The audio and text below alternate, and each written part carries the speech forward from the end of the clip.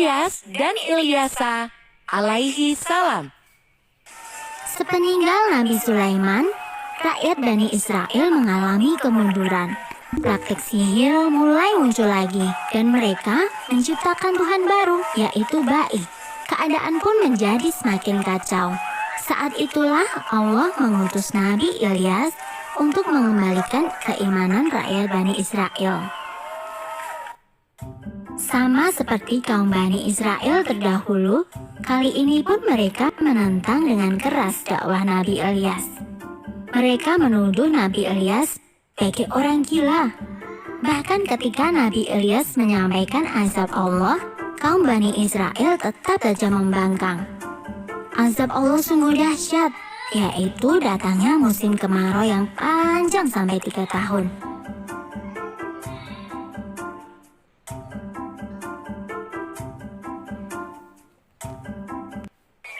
Kaum Bani Israel semakin marah kepada Nabi Ilyas. Mereka pun menyusun sebuah rencana untuk membunuh Nabi Ilyas. Allah menyuruhkan kepada Nabi Ilyas untuk bersembunyi di lereng gunung.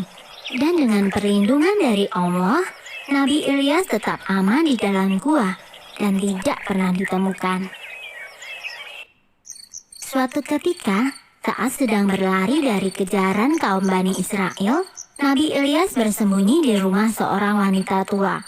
Ia hanya tinggal bersama Ilyasa, anaknya yang sedang terbaring sakit. Wanita tua itu tahu siapa Nabi Ilyas dan berjanji akan memberikan tempat untuk bersembunyi.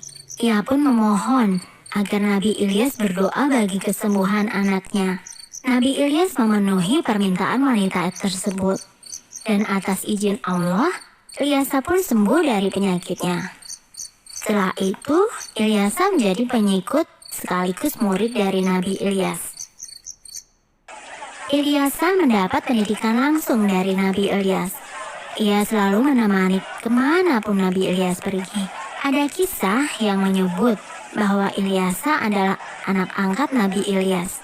Ia begitu patuh pada ajaran Nabi Ilyas dan selalu mengingatkan kepada kaumnya agar meninggalkan praktek sihir dan berhenti menyembah Ba'i dan kembali beriman kepada Allah. Keinginan kaum Bani Israel untuk mencelakakan Nabi Ilyas masih ada. Mereka terus saja mencari Nabi Ilyas. Perilaku mereka ini membuat Allah murka, sehingga datanglah azab bagi kaum Bani Israel. Musim kemarau panjang datang selama 3 tahun. Ladang pertanian mengering, ternak semua mati, dan sumber air pun mengering. Bencana kekeringan ini menyadarkan kaum Bani Israel. Mereka teringat pada ucapan Nabi Ilyas bahwa patung Ba'i yang mereka anggap Tuhan tidak akan mampu menyelamatkan mereka. Kini mereka pun berniat mencari Nabi Ilyas untuk bertaubat dan memohon pertolongan.